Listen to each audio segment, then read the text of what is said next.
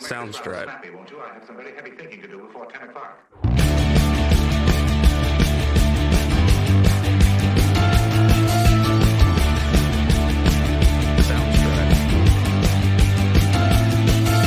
And we're rolling.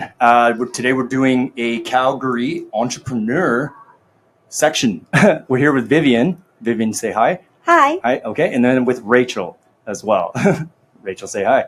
Hello. Hello. Perfect. There's a general discussion between just people doing business in Calgary or people who have had past entrepreneur endeavors.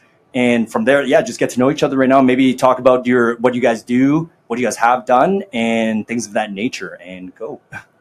Okay, so hi, my name is Vivian. I'm a business entrepreneur. My company name is Express Pinoy, Philippines and Canada.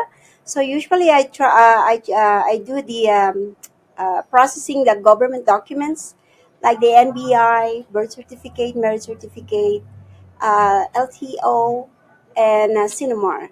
And also on the other sides of the business, we do the immigrations like citizenship, PR, renewal of PR, express entry, caregiver, international students, tourist visa, and the other sides of the documents about the lots and condominiums. So if you have anything that I can help you, just give me a phone call. My phone number is 403-408-7046. And all this information will be on the show notes. So Vivian, I'm going to ask you a lot of questions because I didn't quite catch the name of your business. Can you say it again for me? My name of my No, business? the name of your business, yes, please. Express Pinoy, Philippines and Canada. Philippines and Canada. So are most of your clients from the Philippines, or do you have clients from, like, say, Ukraine or Mexico or Actually, our client is around the world. all around the We world? have from US, we have Dubai, Taiwan, Thailand, Singapore, Saudi Arabia, mostly Filipinos, and also in different provinces here in Canada. Wonderful. And so do you help people that, like, say you want an LMO, which is like that, what is that? Yes, So you would help them be able to get that to go along with their work visa? Yes. And yes. so do you have contact then with different companies that are looking for workers? Some of the employers, they contact us if they needed the employee. So we collected the resumes and we give it to them. So we let the employer decide who is the one they want to pick. But for us, we are not agency. We are processing documents. Wonderful. And so how long does it normally take somebody, like if they went from start to finish?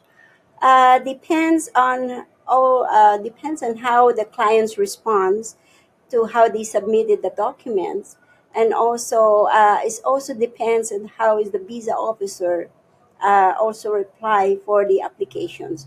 So kind of like some they are estimations like 1 year. The students some is like 6 to 8 months, something like that. But it also depends on the programs they are applying. And so is it different for the provinces? Like, do you find more people want to be coming to Calgary or Alberta, or they want to go to Ontario? What do your clients know about Canada, and how do they pick sort of where they want to go? Actually, clients they know in Canada before they come here to Philippines because they have the orientations, and they have also some kind of like the seminars that they can discuss what is Canada, what is different provinces in Canada. So mostly some of the clients they want to go to the province wherein their relatives where they are living. That's true. I know Calgary has got the most amount of immigration.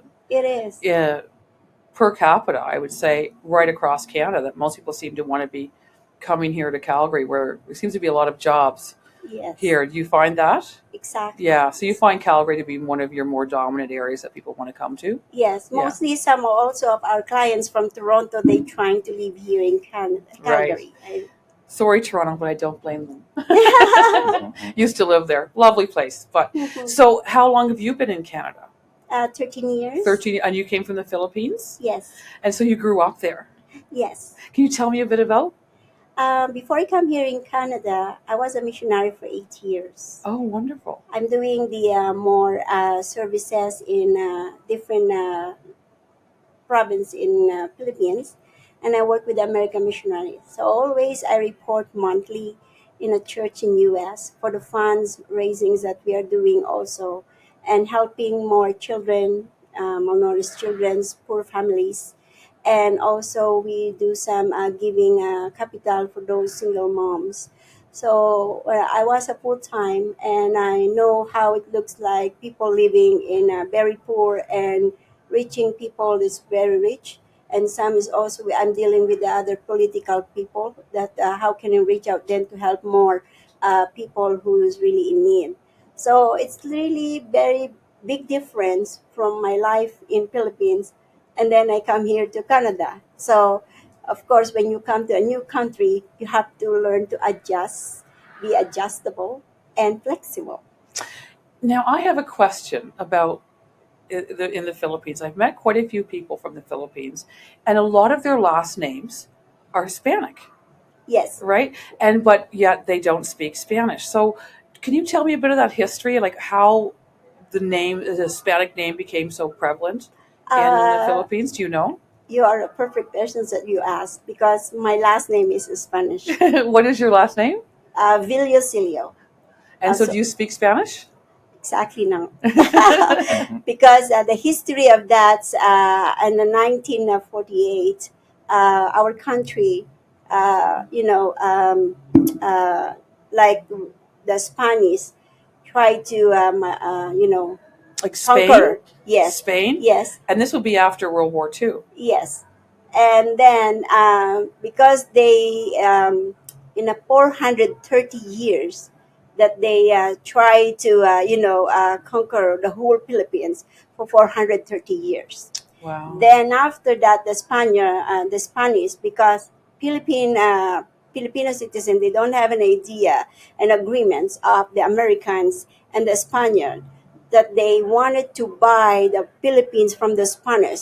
So when thought the Philippines, the Spanish is leaving, but the next is the Americans. So, but when the Americans stay in the country and they try to conquer all these provinces and different kinds of citizenship there.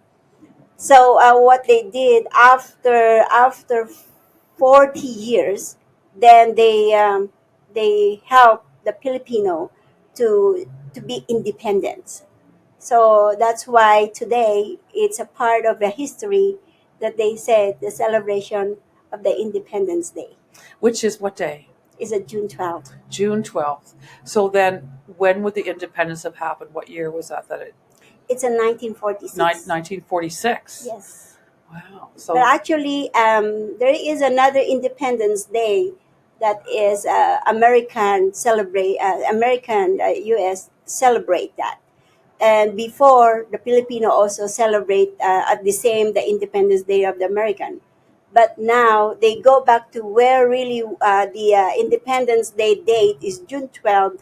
The American turn over the Philippines and they become independent country. And so, how do you celebrate? How do they celebrate? Like yesterday, we wear our costume, the Filipino costume, like they call barong, Tagalog. So Filipino also have some little gathering and being thankful and salute for those people who sacrificed their life to get back the democracy and independency of Philippine country. So, what would be the main food you would say? Like, many times during like independence celebrations, there's certain foods. Like I lived in Mexico for a long time, so there's certain foods that come along with the Mexican. Mm-hmm. It's like green pepper. Actually, it's a certain pepper stuffed with rice and meat and pomegranate and different things. So, is there a certain dish that goes along with that celebration in the Philippines? Actually, mostly Filipino love food, right? Right. And in the big celebrations like they have a lechon, the pig that cook in the charcoal, and always they have a pancit and desserts and different kinds of fruits, tropical fruits, and mainly the adobo. The favorite of most the foreign Filipino when they went to Philippines and they try adobo. Wow, I like adobo food. And what is adobo? Depends on the if you like adobo beef or adobo chicken. Yes. And so, what does that translate in English? Adobo. There's no any There's no translation. translation. It just means what it means. Yes, Yes. Isn't yes. that wonderful? So, do you miss being there? Actually, 2019, I visit Philippines before pandemic. So for now, because I'm living here in Calgary, Canada, kind of like doing dealing with the services of the community people in the Filipino community. So being connected to the different associations and leaders of different kinds of schools and different entrepreneurs. So they know me there, and especially my office is in the third floor, the same building, a Philippine consulate. So they well know me as Ate V. So in our language, Ate V, Ate means elder sister. And I just get the two words of my name, V. That some others they call me Bai, but others well known in the different countries. Like now, recently I have received a call and they needed a service to help them for National Bureau investigations. They needed to submit it in a IRCC. Okay, so you've been here 13 years. When did you start helping people enter Actually, my Canada? business, I've been starting Filipino. I'm just an assistant before. It's 8 years ago. But I start my business 1 year last March 14. Oh, congratulations. Yes, but helping people is in so many ways, and it's kind of like they told me, you should put agency. Because people asking me, where can I get a car? Where can I get a house? Where can I get a job? And I'm nonstop helping people to, where can I get apartments like that. So helping it's not like in a season. It's like if because I've been in a missionary for how many years, it's like already in my blood. Anyone who wants to help, then if I can do something, I find something to help, or I connect to one of my connections, or asking. Like now, there is pastors needed a place in this coming October, and they needed to buy a house, and the pastors also need a place that where can they conduct the ministry that they want to, start it here in Calgary. So in many ways, in many times that I encounter people need help, I do the best that I can to help them. But not only just in a business, but even outside the business. So it's very natural for you to be of service, Yes. right? So now, in the Philippines, like this is just, how do I say, an assumption of mine, and I'm probably wrong. Is Catholic the most dominant religion there? Or Uh, is there, because I know like in Mexico, the dominant religion obviously is Catholicism, but there is a lot of missionaries and stuff that come down from the States to help a lot of they call pueblas, which would be the little communities that are sort of living in the jungle, that without electricity, without water, without school, all of that stuff. So in the Philippines, what would you say would be the dominant religion? really, if you go back to the history, the dominant is a Catholic. But because of the Pentecostals now that is dominating, the more Christians and missionaries traveling not only in Philippines but around the world. From Philippines, they travel like me, but for me, it's not a matter of religion. It's not a matter how is your faith in God wherever Right. you go. Right, right. Isn't that the truth? They all sort of have the same base and the same to do unto others and goodwill. So Yes. it doesn't really matter. I grew up in the East Coast, so Catholicism wasn't prevalent there. And when I came to Calgary, it was a bit more prevalent. When I went to Mexico, Yeah. that was a shock in in the amount of Catholic churches, and the again it would be the Hispanics or the Spain that would have came over the same thing like 500 years ago. Yes. And actually, one of the very first churches is not far from where I live down there. It doesn't have a roof anymore, but it's 514 years old. So, but yes, it definitely the Spain definitely really influenced. Yeah. Maybe not always in a good way. No one likes to be conquered, eh? Yes. Always good. It's always good to show others that it's, to be an example, Yes. right? To lead by example, Yeah. not always by words, but by actions. That's true. So many So, people they have in a good talk, but the truth and the reality is who you are, who you know who you are, and what you're standing before men and before God. right, That is more matters. Because at the end of the day, even how much money you earn, one day we will be gone here on the earth, and we are facing the Creator who give us life, and we will be judged according to what we are done, and how is our faith for those who is also, wants to bring with you in heaven. right. Yeah, you can't take it with you, right? Yeah. You know. So, do you find that the people that are coming here, like they're very much similar to you, in your soul and your heart about doing goodwill and being of service?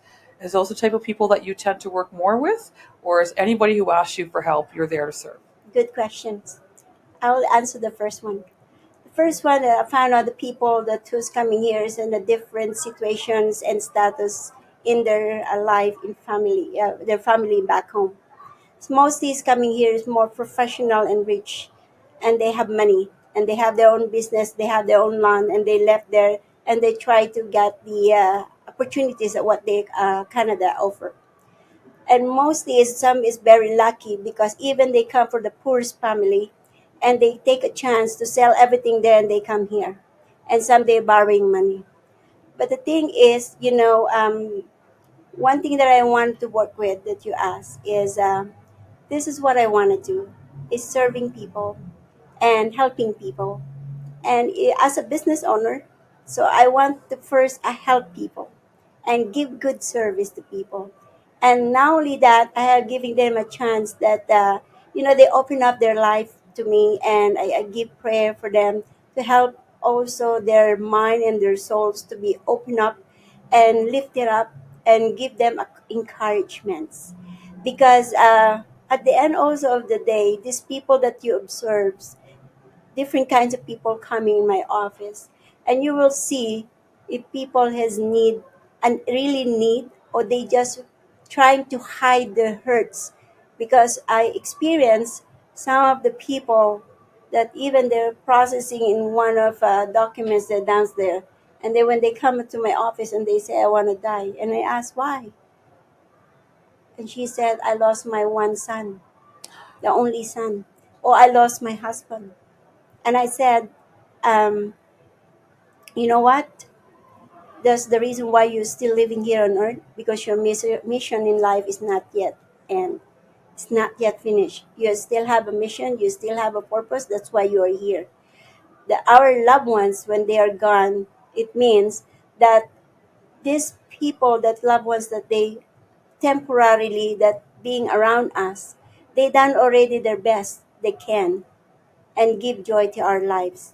And it's also a reminder to us one day we will go in the same way, but they are gone before us.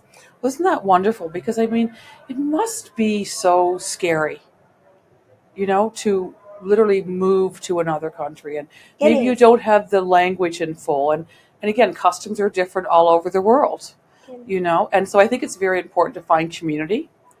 True. It's very important you find where you belong, where you're being accepted, and where you can being useful in a different associations and activities and programs here in Calgary. There's so many actually, and I've been connected on that those different programs, like the Calgary Catholic Calgary Immigration Services, the SIWA, that helping women's and different families, especially in time of pandemic, and those people in that program, they helping families to start here in Calgary. It's really very scary, especially here in not only in Calgary, but in different provinces in Canada.